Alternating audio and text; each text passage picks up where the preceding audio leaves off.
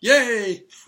Now you can see? now I'm seeing video. Yes, Yeah. this is much better. So Much now, better. so we have Roshan here. So he is second year resident. So this is Dr. Okay. Solez. Hello there. Yeah. Welcome. So no, actually I was when we are talking right now. So I am also connecting to YouTube. So let me see that whether that YouTube is working or not. So we can see it. I mean, I will show you here how it is working.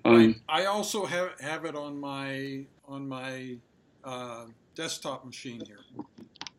Oh, okay. So, okay.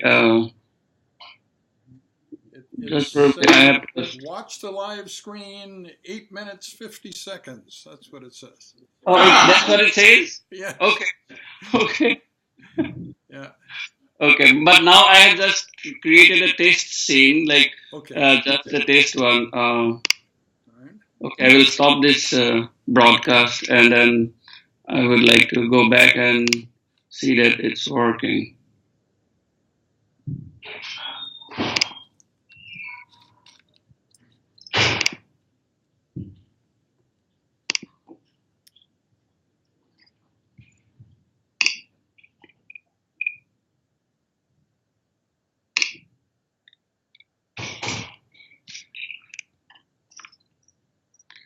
This is what happens. Okay, just a second. It's Hi, Dr. Solez. Hello there. I will share the screen so that you can see what is happening. Good morning, Dr. Solez. Good morning, everyone. How are you? I'm good, thanks.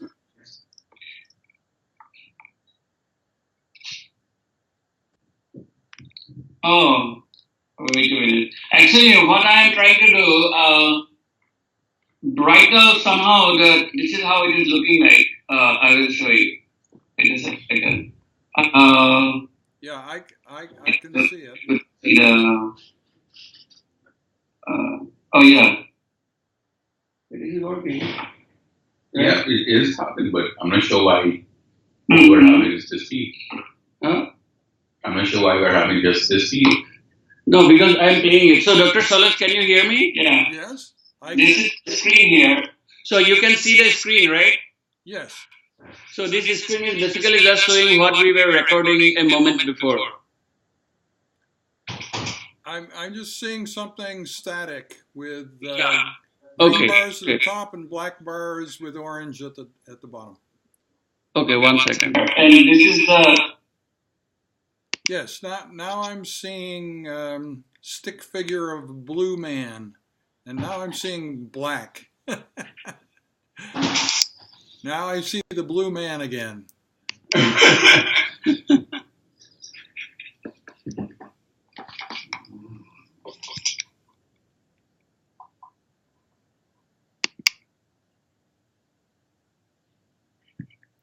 why that session did not get recorded? I don't know. Yeah, I'm recording at this end, so at the long run, there will be recordings. Okay, that's good. Even if things fail at your end. So That's weird. So like this should not have happened because so there is no voice, nothing, right? Suddenly it disappeared. Something actually like something went wrong in midway, I guess. I mean, probably. So that's okay. So in the end, we can just take the video from Dr. Solez. Yeah, if at all that doesn't happen. But as long as we are concerned, so we are connected. Yeah. Yeah. But all right. So the polycom system is up. How do we connect yet? Oh, this should be same. We don't have to do anything. Just send content. Yeah, let's send content. Mallory.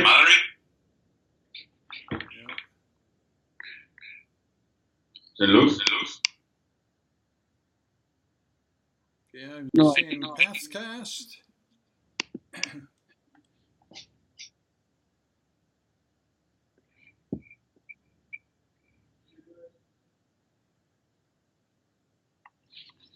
This is our channel actually, YouTube channel that we are trying to use it. So yesterday we had a test session, so which worked well. Right. Okay. Hey. Hi, Emilio. We need you badly. What happened? So, no, come. So he's online. So this is Emilio. You can see. Come here. Hold on. It's. Where we put this? Because the audience is going to be talking, no? Or Yeah. We're going to be talking, so let's put this here. Oh, we can be on this side. That's it, right? Yeah. Let's, Oh, okay. and then let's put this here. Yeah, this I connected. You know, like the Yeti I connected. Okay. Wait, why can't we move this more? So yeah, we can do it.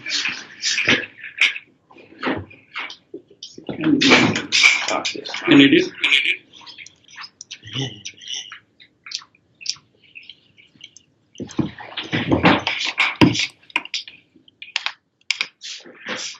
But you have to check the YouTube link. There is something wrong with that. I tried a test thing right now, so it did not work. But just have a look at it quickly. And I cannot see the link that we shared. The link that you created. Okay. Hi, Dr. Solez. How are you? Good. Good. So, Robots. Yeah, the robots are cool. Okay. so can you hear Dr. Solez? Yes. So we have more residents now, and Dr. Salem, who is the renal pathologist at Sinai, he has come also. Great. You can. Hello, everyone. Speaking to this robots. Hi, Lloyd. How good, thanks. Thanks for doing this. My pleasure. We are very excited to hear. You know what, man? Let's connect with this. You should. Oh no. Oh, you don't have a cat pack. Okay, let's see. I don't have one. To connect this, you can only connect through the Wi-Fi. Oh, Right? Okay. And you're connected with that We Heal. We Heal No, on Wi-Fi. and green. Oh, okay. MSNC green. Okay. So what happened now? So yeah, now check the YouTube link. Check the YouTube link because I tried to have a test session, so somehow the test session did not get recorded. And check, I do not see that thing. Like I do not see your link now. Where is that link on?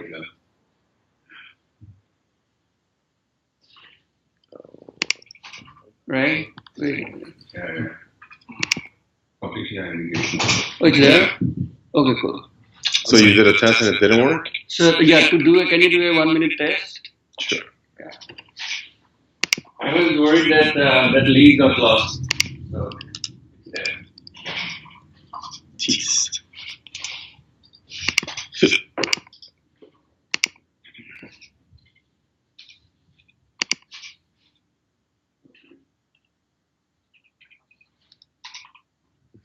Nice robot. Okay.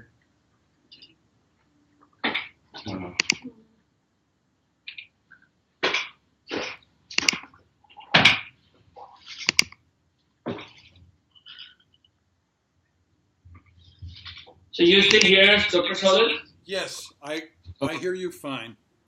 Okay, so you need to check that the system is working. Okay, so why don't we try now? We're doing a test. We are doing a test session, Dr. Solez. Okay. So yeah, and Anyway, nice to meet you. Nice to meet you. thanks for your time. Let's move this. And so this is Emilia in front of the laptop now. So he is a fourth-year resident.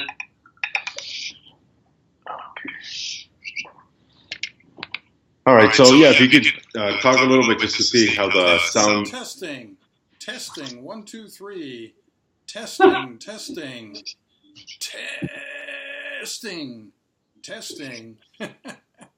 All right. Testing.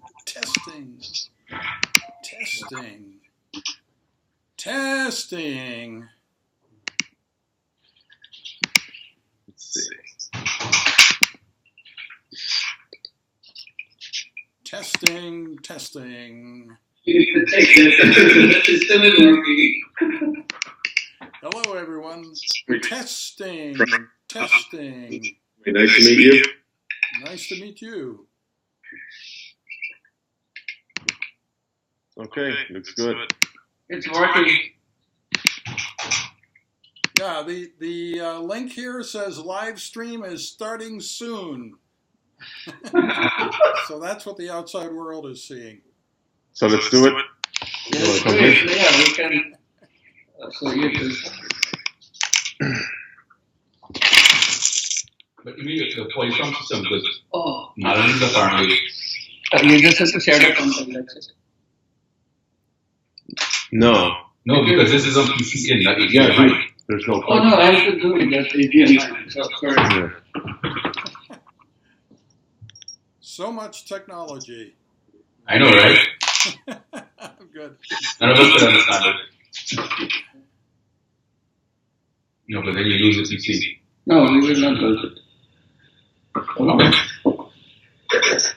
Okay, so then can you still hear us? Yes? Yeah. Mallory?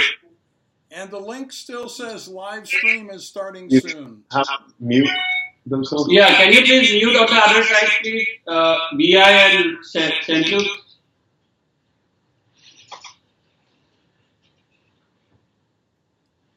What's that noise? I don't know. The noise is BI? Oh. No, but I think I know BI. So why we are not on full screen now? Oh no, that's fine. Yeah, yeah. So I mean, the moment somebody is at BI, I think that's What is that noise though? the BI noise, you know. Oh, so let's just mute the TV. Hmm? Let's mute the TV. Where's this coming from? Oh, the TV. Right. Yeah. God. All these workarounds. Okay. Okay. Can you still hear us? So you can hear us still? I can still hear you. Okay. Okay. So I'm just gonna share and then you can hear.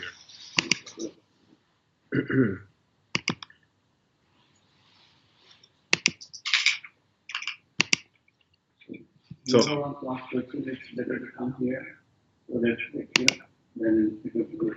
Otherwise, if you are here asking a question, nobody will see it. okay, Rifat, so I'll just start it and then make this full screen. Okay? No. Come here. You want to stay there?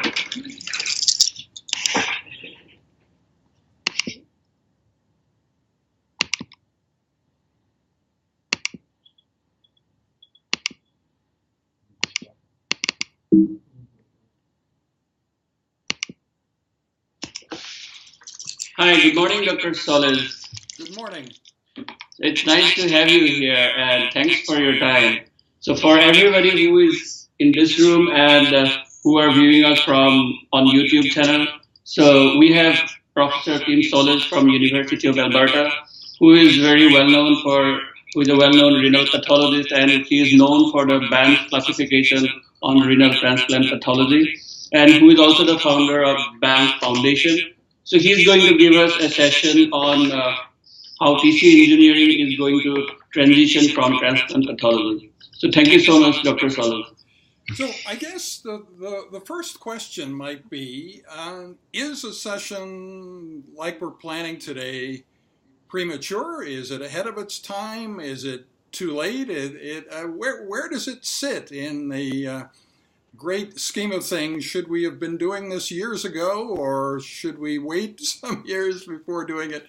And I think the answer to that came in November 2014 when this cover appeared on the premier journal in transplantation. That cover says "Building New Hearts," and it shows a number of ways in which new hearts can be built or repaired with stem cells.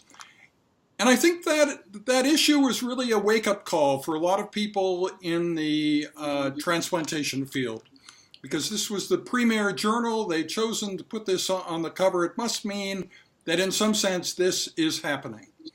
For those of you who are fans of video, you would know that in the preceding year, the paper of Song et al. From Harold Ott's group had an associated video showing a bioengineered rodent kidney producing primitive urine. So you could see the urine streaming out of this bioengineered kidney.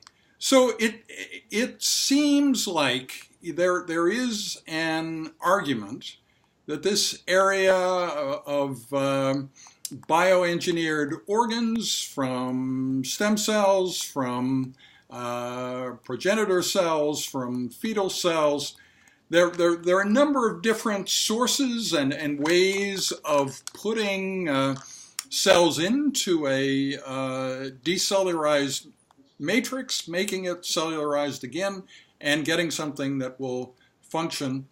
We're getting closer and closer to this being in actual clinical practice, and not just in the kidney. In fact, the kidney is sort of the moonshot. The kidney will be probably the last organ in which this is really successful. The liver is quite close. The FDA is likely to approve in 2019, 2 years from now, liver organoids. In other words, stem cell generated tissue constructs of liver that function enough like liver that you can use them as an alternative to animal testing of compounds. And one presumes that the transplantation of livers created in this way, the same way that one is creating the organoids, it is going to be occurring a short time after that. And if you say, well, I'm a person of the here and now, I could care less about these future things, then you would know that right now, today, you can easily make a bioengineered bladder. There are numerous things having to do with bone and cartilage. You probably vary in how exciting you find bone and cartilage, but there are things you can do with stem cell repair, stem cell replacement right now in simple tubular organs and in bone and cartilage. So whatever your area of interest, whatever it is, and I'm sure there's a big spectrum in the room, your special organ system is getting closer and closer to the point where regenerative medicine will become the dominant force in medicine in that area. And so I don't think today's conversation is premature. And I don't think the idea that there would be a new pathology discipline of tissue engineering pathology is premature. In a sense, this has existed for decades. If you think about scaffolds for creating recellularized organs and tissues, there is a literature about tissue reaction to scaffolds going back to the 1980s. And in a sense, that is the literature of tissue engineering pathology in the past. But it's pretty boring because by definition, most of these scaffolds don't have a reaction. So the papers mainly show we put in this scaffold and there was no reaction. But not much that was clinically useful was being done with this until recently. And then, as I say, around the time frame of 2013, 2014, things really started to happen. So what we intend today, and this may be completely foreign to you or very familiar to you, is a flipped classroom session, where you've looked at the videos and the iPoster and the references that I've given you, and you've thought of burning questions that you really want to ask me, and you would approach the Skype link there, show your face and ask your question. And so that's what the morning is supposed to be like. And those of you who actually didn't prepare at all and who are looking for a standard traditional lecture, maybe about renal pathology, because you suspect that that is my background, you're going to be very disappointed. You'll leave the room very angry because you expected something very ordinary, Kim Solez presenting kidney pathology slides, and that is not going to happen. As a matter of fact, I haven't done anything like that in a very long time. I teach a course on technology and the future of medicine. We're kind of at the cutting edge of this question: what will life be like for human beings when machines are more intelligent than we are? And there are only 2 courses in the world that teach about that in a medical school setting, and I run one of them. And what is the time frame of that? We think that in 2029, in 12 years, machines will be smart as individual humans, and in 2045, machines will be as smart as the whole human race. So that's kind of where my thinking is. It's probably a bit beyond where your thinking is. Maybe you don't care very much at the moment what's going to happen in 2045. You're more concerned with 2017. But anyway, I would ask you now to come and present me with questions, and we'll start the flipped classroom session. You all look stunned. That does sound out that in 2029 is no longer going to be useful. Everyone's going to die. Do I need to go this way? Yeah, go. Yeah, please. Oh, okay. Good morning. Good morning. I'm Zach. I'm a first-year resident, so I don't know much about transplant pathology yet, but one of the things that in your video that you talked about, which I thought was interesting, is when you were establishing the criteria, the bad criteria for tissue rejection. One of the early things you guys found was lymphocytes in the endothelial surface. You changed your protocol in terms of saying rejection based upon the clinical picture of that. Because the clinic, there was a disconnect between the histological findings and the clinical findings in terms of rejection. So, in the future, how is that a computer is going to be able to combine both the data of histology and clinical correlation as we can today as pathologists? See, I think it goes beyond that. Probably the people in the room are thinking anatomic pathology. But, pathology more generally would include soluble biomarkers, things like that. There are lots of settings in the future where taking an actual piece of tissue and looking at it is a very bad idea. If you look at, for instance, the ViaCyte pancreatic progenitor cells encapsulated implant, there you can examine the fluid surrounding the cells without harming anything, but to actually break into this capsule and take out tissue would kind of wreck the whole thing. So we're going to have to accept that clinical pathologic correlation in sort of organ replacement becomes a much broader issue than just traditional anatomical pathology. So it will also include things that you might regard as clinical chemistry, immunology, biomarkers. You seem to be starting to say that there's a disconnect between morphologic and clinical data. My whole career has been oriented around proving the opposite.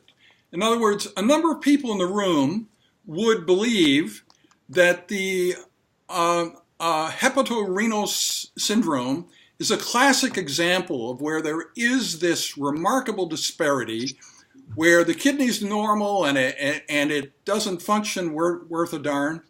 Actually, that is not true at all. The kidney in the hepatorenal syndrome shows the same morphologic changes as you get in any sort of post-ischemic renal failure. And the other confusing thing is when you also get into this whole area of whatever you want to call it, acute tubular injury, acute tubular necrosis, you may have also heard there that there's a sort of disparity between morphology and function. So there are 12 different morphologic changes you can study there. Only 2 of them correlate with function, and that is the loss of proximal tubular brush border and the shedding of individual tubular cells from the basement membrane, leaving you areas of bare basement membrane. Those 2 changes exactly track renal functional impairment. The other 10 don't. The other 10 persist into the recovery period. If you look at a patient with acute tubular injury who is recently recovered, they have all the other stuff. They have tubular dilatation, tubular regeneration, interstitial edema, so on. So it's the lack of understanding of the difference between the 2 lesions that do correlate with function and the 10 that don't that has led to this widespread feeling that somehow there is this great disconnect.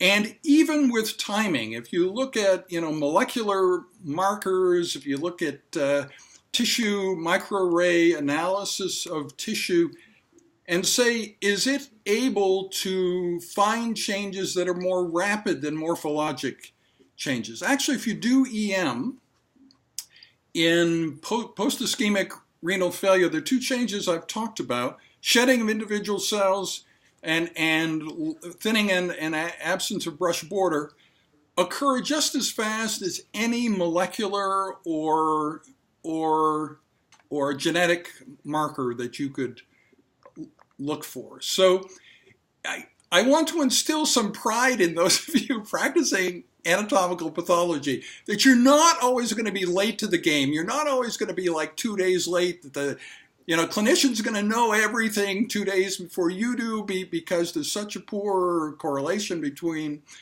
morphology and function. That is simply not the case. And I wrote an entire book about this in 1984. So anyway. So you'll find that I'm much better prepared for this argument than you are.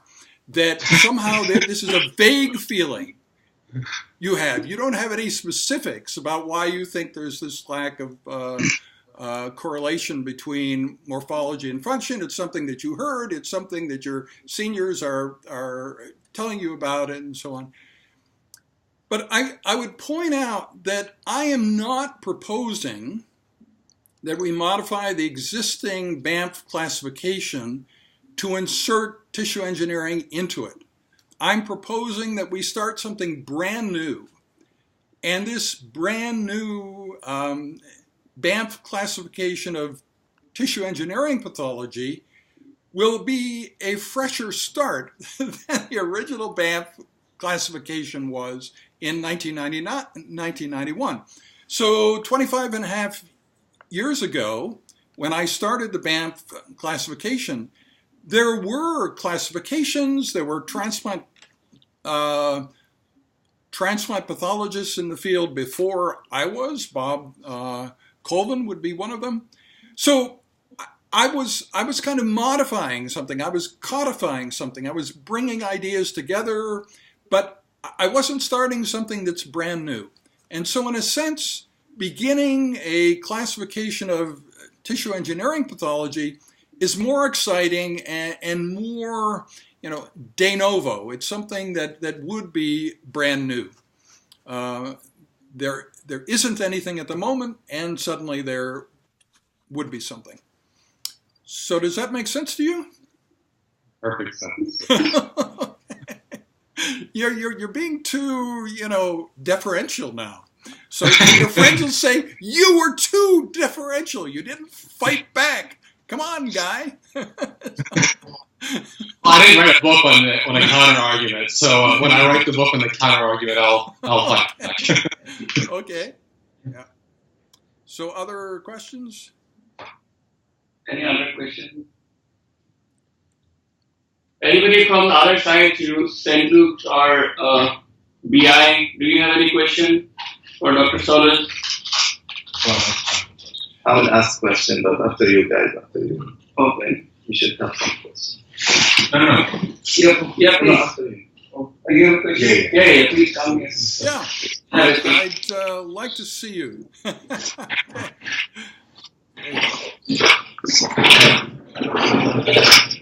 Hi, good morning, Dr. Solez. My name is Julian. I'm a second-year resident. My question is really geared towards the utilization of tissue engineering pathology in the future. Right. So I'm from the Caribbean, and right now there's this trend to now actually shift, especially in patients with renal failure, to start new transplant programs. Actually, a few islands actually have a program, but majority of them, they're not doing transplants on a regular basis. And there's, on the public health aspect and legislative aspect, there's no framework for a robust transplant program. So I do think if we do get kidneys, occasionally they're like donors, we don't have a cadaver program. I thought what was interesting in your talk was mentioning about tissue engineering pathology and using the organoid kidneys would happen to be the way to, I think, get around the fact of the lack of available kidneys and available donors, suitable donors for patients. Yes. Is that practical, do you think, in the future to use in like the third world setting? That's it. I think that we should not act as if we are passive victims of the future. We should act like we can help shape the future. Like talks, like the talk we're having now, can help influence the way the future will be. We can have a completely unfair future where all the high-tech stuff goes only to the first world and it does not benefit people worldwide. We can have a much better kind of world than that, where we build in the fact that what we are trying to do is to provide organs for everybody around the world who requires them. That would be approximately 1.2 million people per year. So that's a field then 10 times larger than the transplantation field, which currently transplants 120,000 people a year. So it would be 10 times larger or more in every respect, in funding, the number of corporate entities that have a stake in it, and it would be a very exciting field to be in. It would be new, it would be humanitarian in its outlook. Right now, we just readily accept that a lot of patients, most of them in fact, die waiting, right? They are hoping for a transplant they will never get. And the poorer the country is, the more that is the case. And in poorer countries, the patients who are dialyzed may be only a small subset of the patients requiring it, for instance, with renal functional impairment. They may not be dialyzed 3 times a week, maybe only 2 or 1, and only the ones who survive being that sort of inadequate dialyze are the ones who remain in the land of the living. So it's a very we can be very proud of what we're doing at the moment, but looking at it from a big picture point of view. If we have a way that we could provide organs to everyone, and if at the present time we're only providing organs to 10% of the people, we really ought to work very hard on making this happen. What is the role of pathologists in that? Well, if you look at the literature that I've provided, at the present time, bioengineered kidneys are not histologically normal. And we would be the ones that would be looking at these kidneys and saying, well, this has a degree of abnormality where we think it's not in the patient's interest to receive a kidney or an organ like this, a liver, pancreas, whatever, or that this is a fairly minor change. We think that an organ with this structural change will still function reasonably well. And if you think back to when you were learning physiology in medical school, probably now you think that's not relevant to anything in your future, but it will be. For instance, in the kidney, it's very easy to produce bioengineered kidneys that have no long loops of Henle, none at all. So one theory is if put a kidney like that into you, that's lethal because you'd pee out your entire body water in 2 hours and be dead. But I'm not sure that that's true. There's a very entertaining article, you may know, Boylan and Turau from the 70s wrote about this, about acute renal success, the reason for oliguria in acute renal failure is otherwise we'd pee out our entire body water and be dead, so it's saving our lives. People are now questioning whether that's true, whether it is not true that you could actually make kidneys that have no long loops of Henle function pretty well. So what is that? That's basic physiology. That's the sort of stuff that you learned in medical school. You thought, boy, I'll never need this again, and is on to the next course. So a lot of old-fashioned concepts that you at one time knew very well become important again in figuring out which organs are safe to implant into patients and which aren't. And of course, those of you who are interested in cancer, it's also important there. What is the likelihood that this organ that is now completely infiltrated with these new cells, with all this pluripotent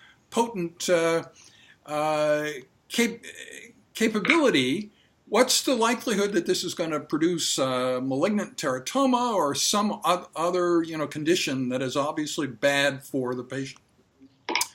So I think everybody in the room, you can imagine a way in which you could use your existing skills to move this transition toward regenerative medicine pathology closer by your own personal efforts. It's not something that it's something you're waiting for other people to do, and then when they're done, you'll simply receive it and do what they tell you. Each of you could find a way to actually contribute to this.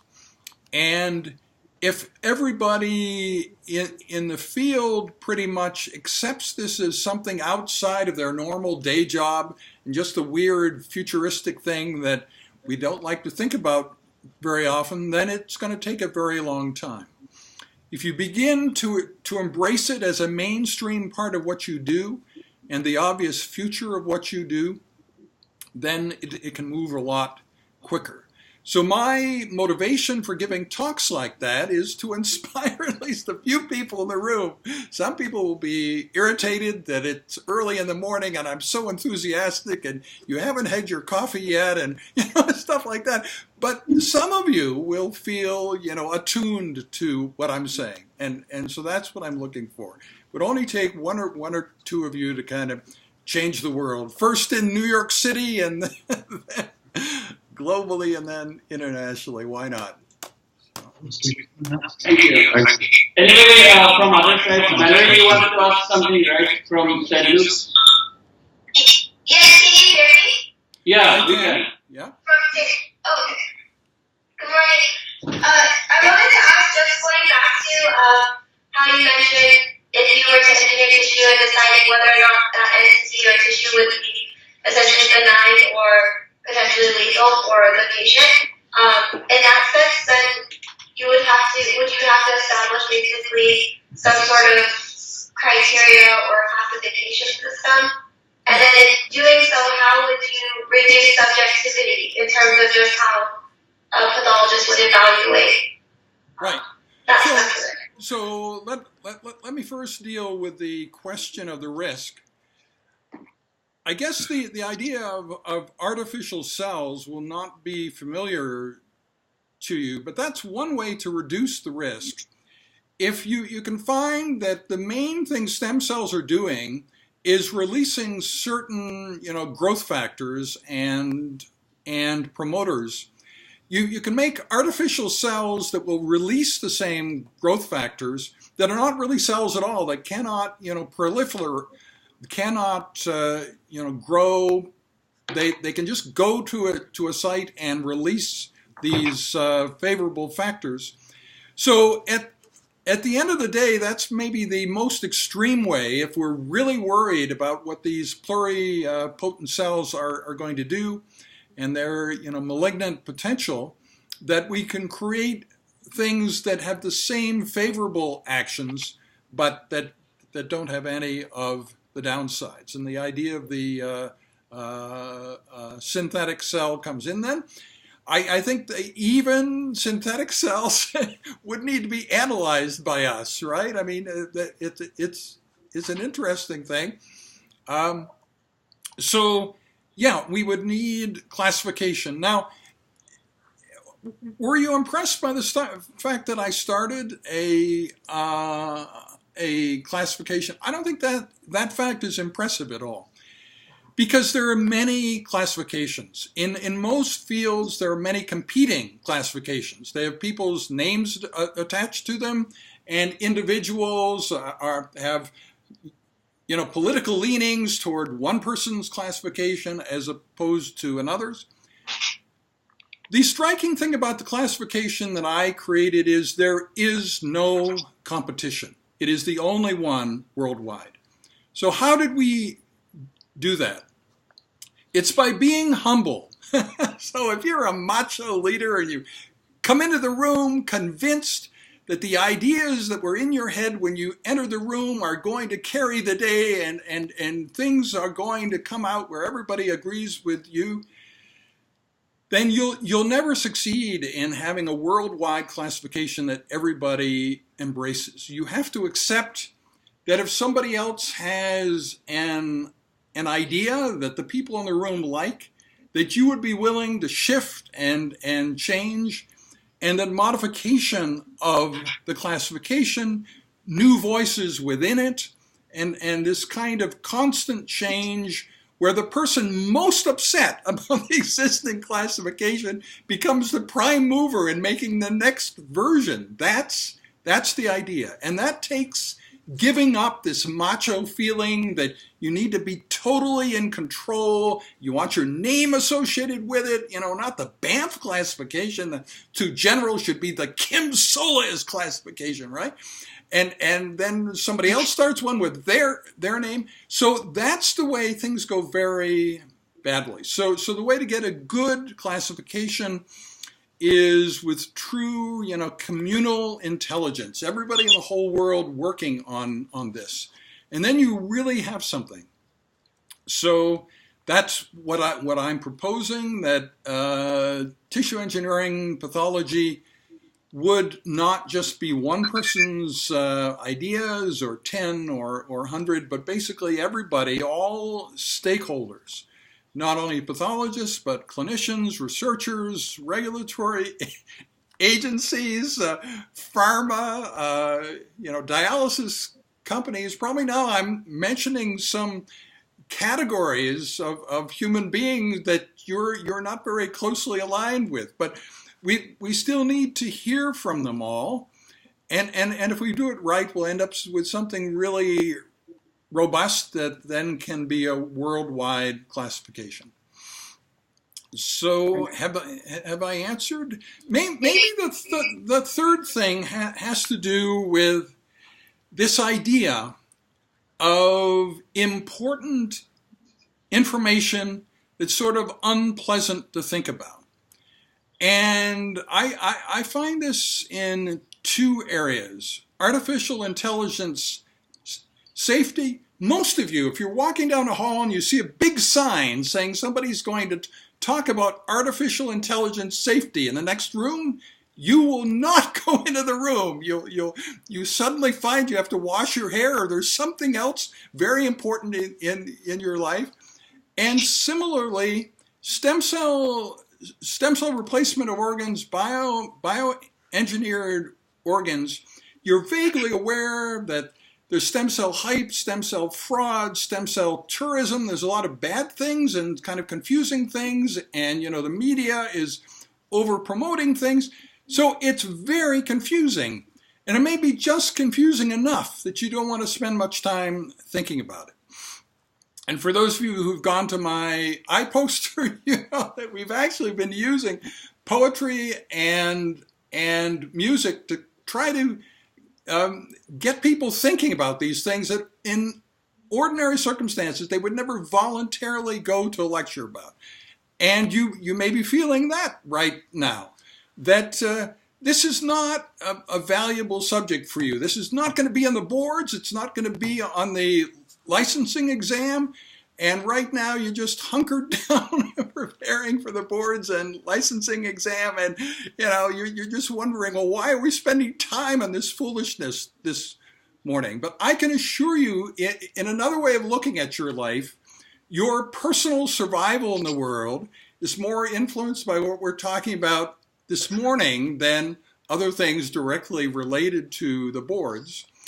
And when you go to parties and it gets 9:30, 10:30, and people are wondering whether you're interesting to talk to or not, and whether they really made a serious mistake getting close to you and, being part of the, conversation that you're holding forth, the fact that you know something about this will carry the day and make you a much more interesting person. So there are those two kind of survivals, social survival and personal survival, that I think knowing about the stuff that I teach will help with. Whereas passing the boards and the licensing exam, I guarantee you it will not help with. But someday the boards and the licensing exam will all be about this, right?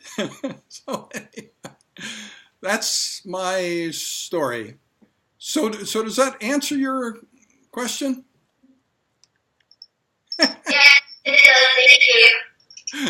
Okay, good. And think about this the next party that you're at when things get dull. Maybe now you have a way to liven up the party. So, Thank you, Doctor. I have a very related question. So because it's a new specialty, so how are you going to develop the standards? Like, say for example, as you say that the transplanted kidney had a shorter loop of Henle and it is still functioning. So who is going to establish the standard of what is normal for the engineered tissue? And how are you going to, that is number one. Second is that how are you going to monitor the changes in the transplant, in the transplanted organ? And will you have a protocol, or how will you be doing it? Just like histology, immunohistochemistry, immunofluorescence, or how are you going to integrate all these things? What's the plan? Thank you. Yeah. Well, I think, as I've said, I take a very broad view of what the pathology part of this will be. It could be soluble biomarkers. It could be microarray data. It could be traditional anatomical pathology. But I think that the important thing about it is bringing people together.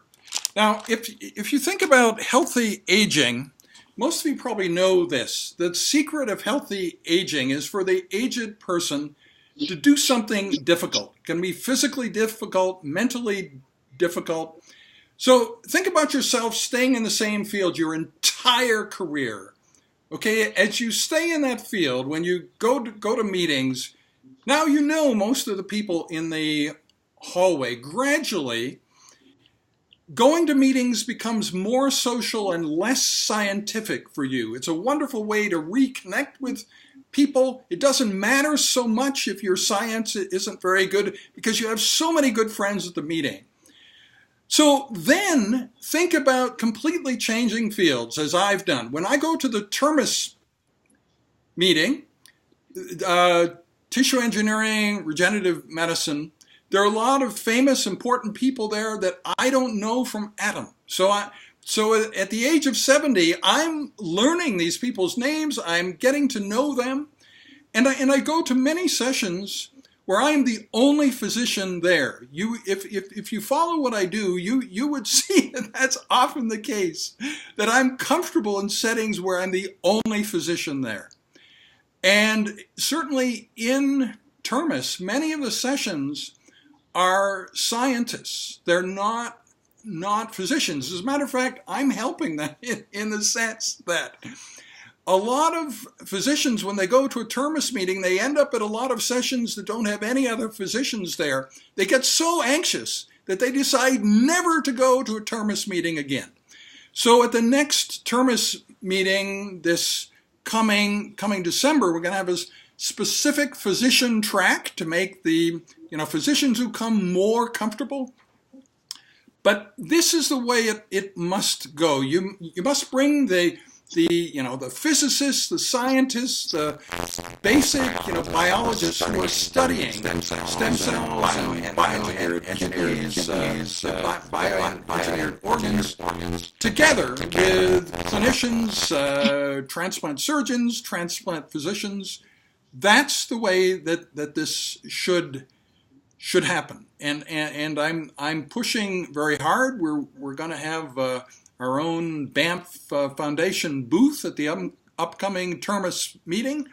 I'm going to bring people with me who've been with me, sort of creating what we've done with the Banff classification since 2007, and so they bring that history. They know how we've generated consensus within transplantation, and can imagine when we broaden that, how that should work. So I think that's how it should go. It is not something where you would say, well, Kim Solez had a specific way of doing this, and you can see his imprint on every component of the new Banff classification of tissue engineering pathology. It should be the opposite.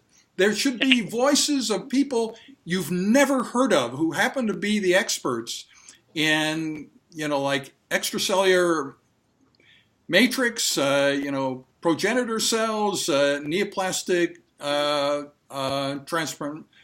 transformation of stem cells, all those important subjects who are having input into this. Thank you, Dr. Solomon wants to ask something. You can come this side. Yeah. No, it's okay. Come where I can see you.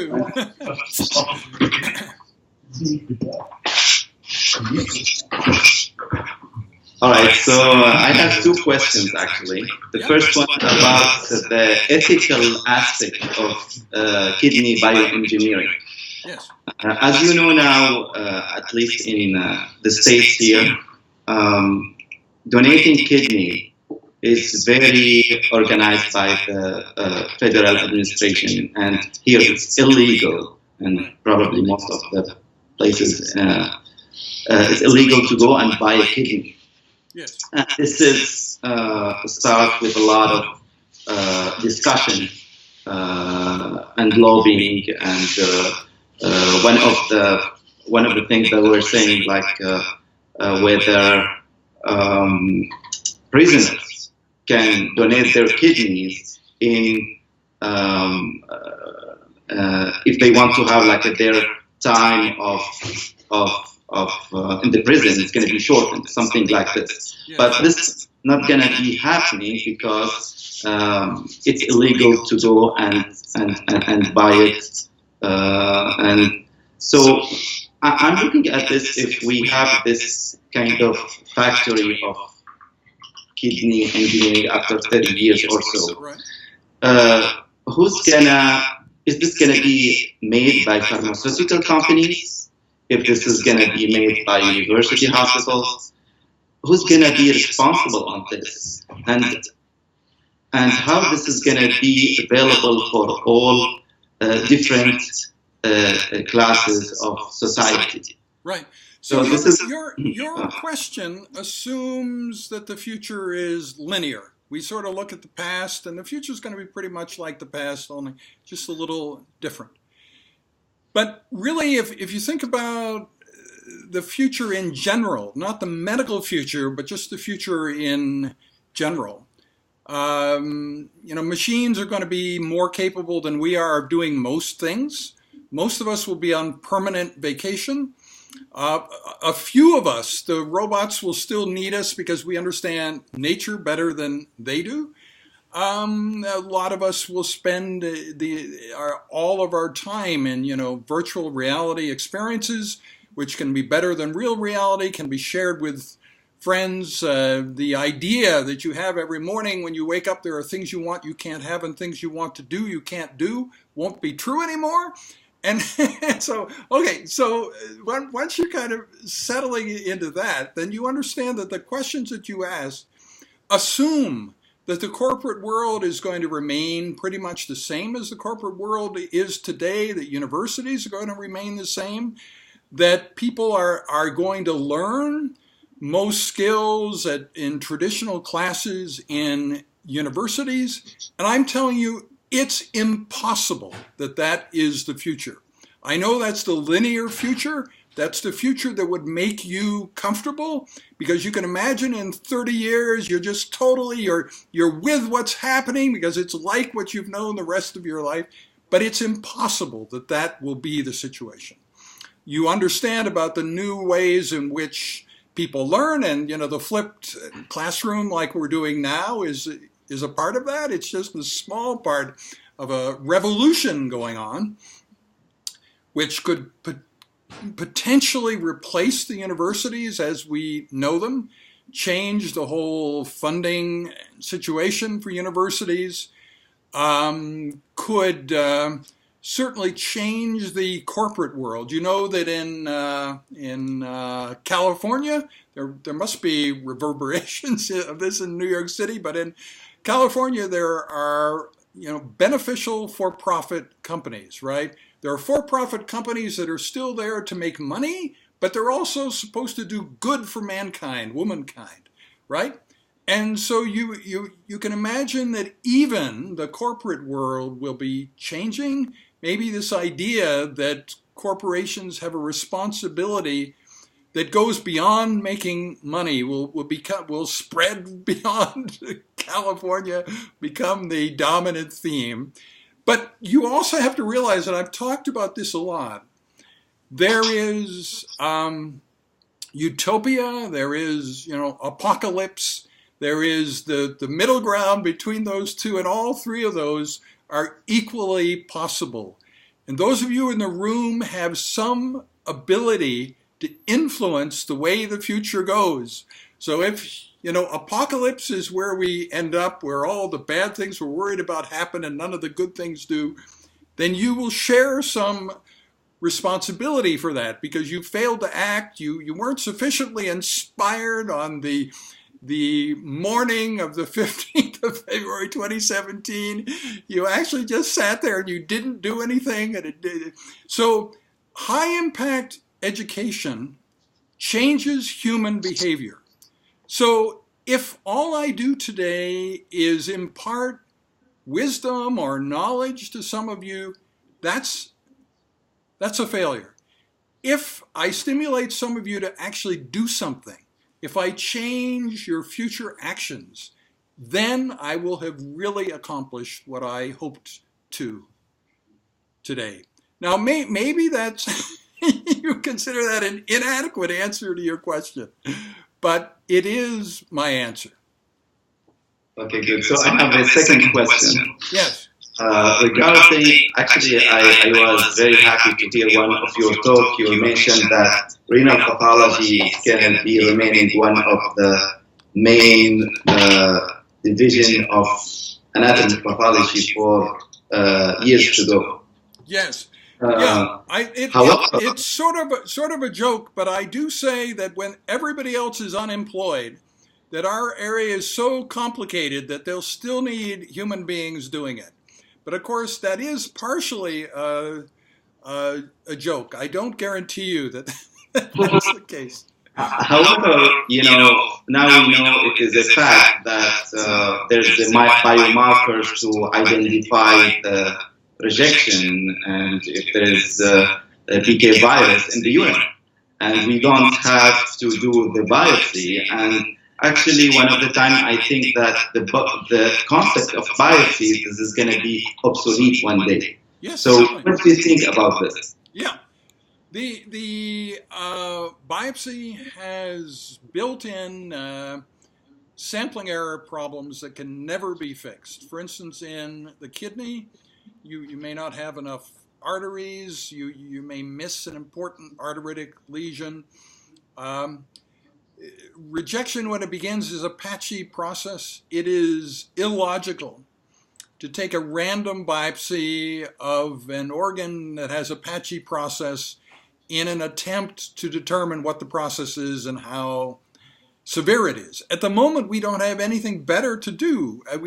We don't have something superior. But if you look at the various things that I've done, if you just Google me, I assure you everything that I'm doing is one cohesive whole. It's kind of connected. The same could be true for each of your careers. That when you sense that the area of anatomical pathology you're in is old and tired, you can be the first person in whatever will succeed it.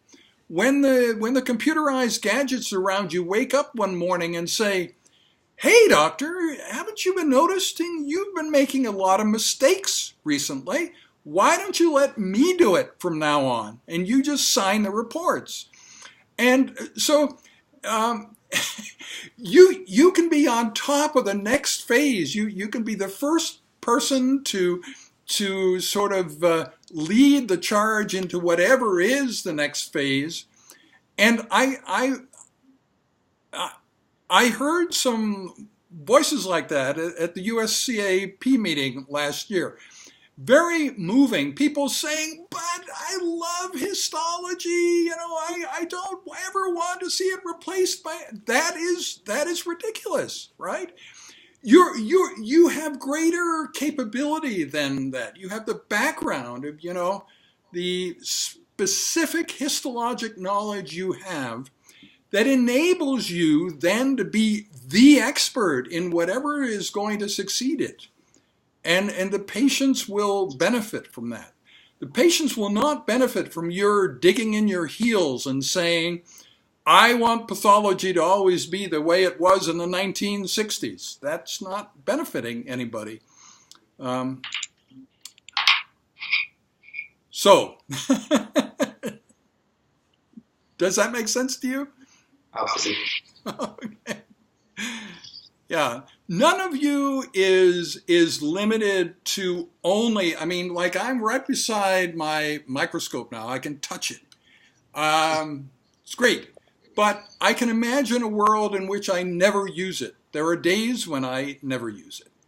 And you can also imagine a world like that. It's not just virtual microscopy. It's a whole host of other things that could replace the physical microscope. You could be more successful in that world where the physical microscope is replaced than you are in the present world, where the microscope is so central to your life. Each of you, every single one of you. Other questions? No, there's anybody has another question? Yeah, William. So come here.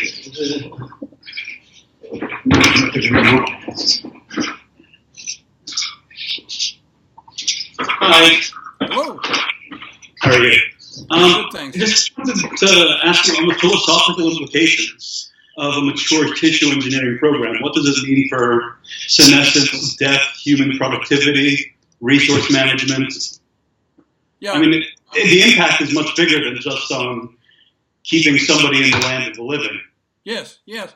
Well, I guess let's go beyond your question and say, what will it be like in a world without work, right? Where we're all receiving subsidized income, and none of us have to work. It's very interesting to me. We may consider that every day as we walk down the street, we see a lot of people incapable of creativity, but they themselves don't feel that way. So if you were to ask the person who you think is the least creative person you've ever met, whether they think they are creative, and they will tell you that they are. They have lots of creative thoughts throughout the day. You just never noticed it, So that's really the question.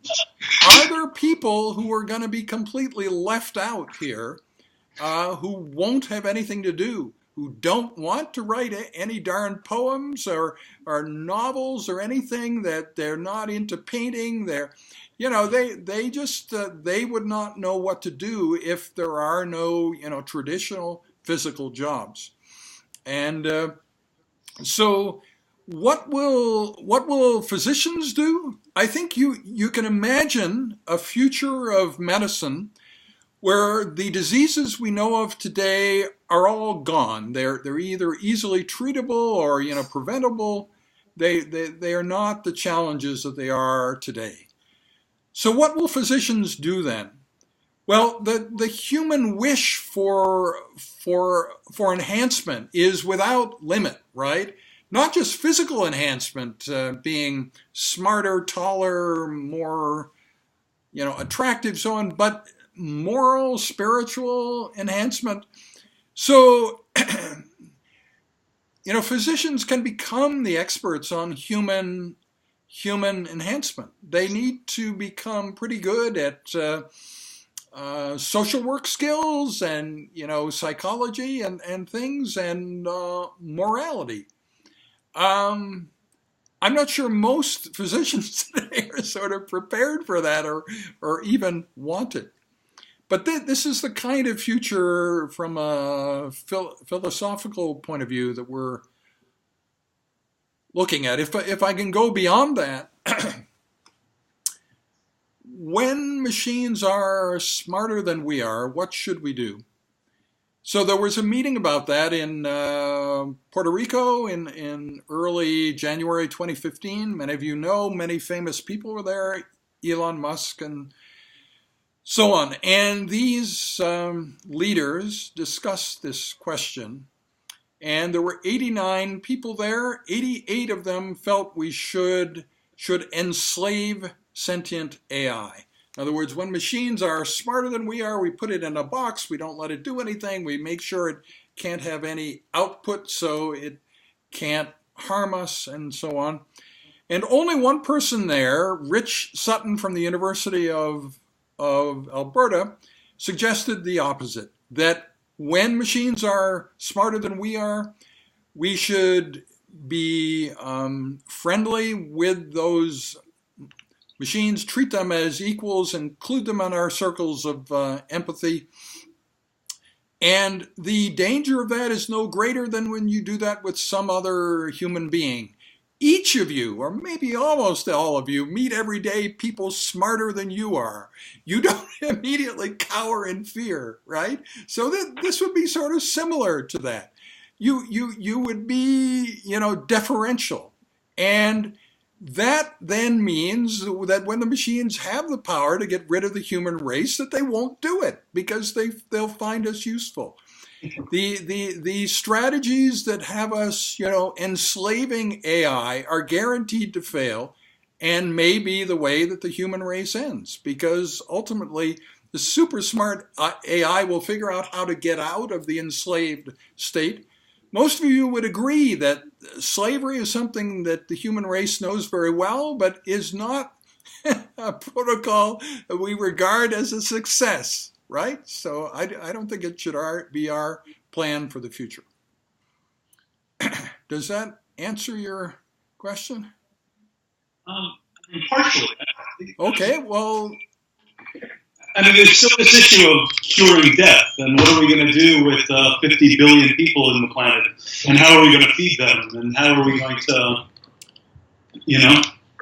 No, I don't. If you research the idea of peak oil, if you ask other people in the room, how many of you agree with peak oil? Peak oil is the same idea that you just basically, described. We're going to run out of oil. Everybody's going to kill each other, and that's the way the world will end.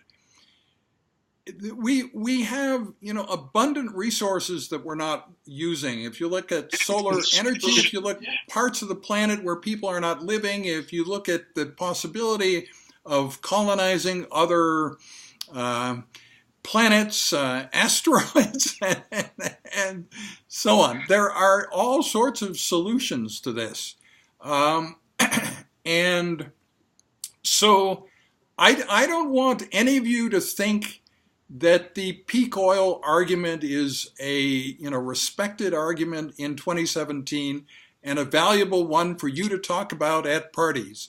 It will be the death of your social life if you continue to espouse this peak oil and, we're going to run out of resources, everybody's going to kill each other off, and that is the way the world will end, philosophy. This is not good for the future of your social life.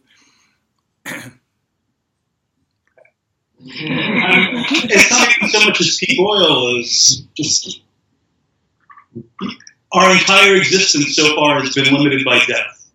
That is the great motivator for humanity. Knowing that my time will come to an end makes me get up in the morning and try and do something. The moment my time is limitless, where is my motivation? Well, I can provide personal counseling and psychotherapy to each one of you, but the same is true when you do not have to work, right?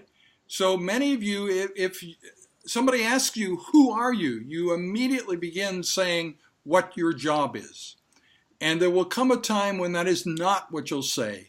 You'll talk about the book you've written or the latest poem or whatever, something that you've created, but you won't talk about a job because you won't have a job. So this idea that we need death to make sense of life just does not make sense to me. It's certainly not what motivates me. But if you look at human motivation, it's very interesting. And what I'm about to say may resonate with most of you in the room. Most human beings are motivated by comfort and security only, nothing else. It may seem like they're motivated by success because success brings comfort and security, but they're not even really motivated by success. And the idea of changing the world, making the world better, that really doesn't resonate with most people. So it's sad. I think this is something that can change. I think it will change. When comfort and security is an absolute given for everybody, you can imagine this halcyon utopia world with the benevolent AIs in charge, right? Where male against male, aggression is somehow magically wound down every time. The two of you that I'm seeing in this picture, one of you jumps to attack the other. Some AI force will come in and gently move the two of you apart, say, now, boys, we don't do that anymore, not in 2017. And so that's the kind of future world we need to think about. Motivations are going to be different. Free time, you're going to have more free time than you ever imagined. And you will, in the course of your life, have maybe 5 or 6 jobs. Last 2 or 3 of those, the name for those jobs doesn't even exist yet. And then finally, you won't have any job and you'll be perfectly happy because everybody you know also won't have a job, and your life will be unbelievably good if things go the favorable way, right?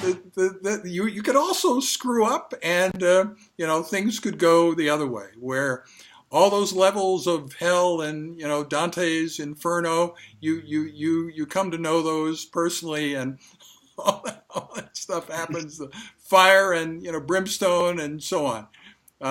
So that can also happen. Those of you in the room who are thinking that you are in a system where you have no power, you can't make anything happen, that's not correct. It's never the case. There are always things you can do to positively influence the future.